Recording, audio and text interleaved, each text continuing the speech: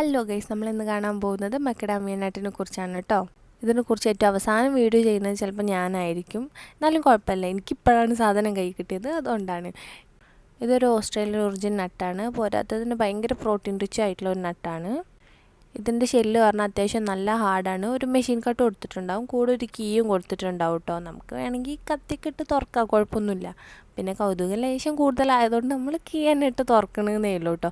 ഭയങ്കര വാനിലിൻ്റെ സ്മെല്ലാണ് കേട്ടോ. ഈ പാക്കറ്റ് ഓപ്പൺ ചെയ്തപ്പോൾ തന്നെ ഭയങ്കര ക്രഞ്ചിയാണ് കേട്ടോ. ഇത് ഒരു കാണാൻ ഏകദേശം ഒരു ഹേസൽ നട്ടിനെ പോലെ തന്നെ ഉണ്ടാവും കണ്ടാൽ. പിന്നെ എനിക്ക് തോന്നിയത് ഒരു സ്വീറ്റ് പൊട്ടറ്റോ കുറച്ച് ക്രഞ്ചി ആയിട്ട് വന്നാൽ എങ്ങനെ ഉണ്ടാവും, അതുപോലെയൊക്കെ തോന്നി. എനിക്ക് വലുതായിട്ട് അങ്ങോട്ട് ലൈക്കായിട്ടില്ല.